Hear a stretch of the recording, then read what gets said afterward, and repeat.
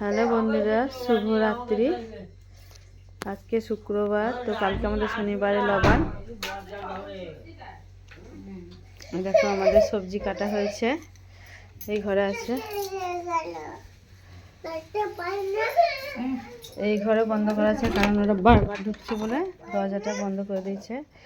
এই দেখো আমাদের মেনু, কালকে রান্না হবে। সব ভাজা আছে, দেখো কাটা আছে।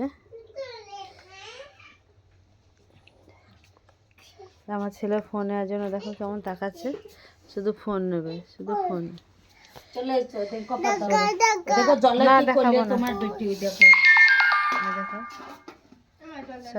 তোমরা সরো, দেখো কি করছে, দেখো একে দেখো মস্তানি।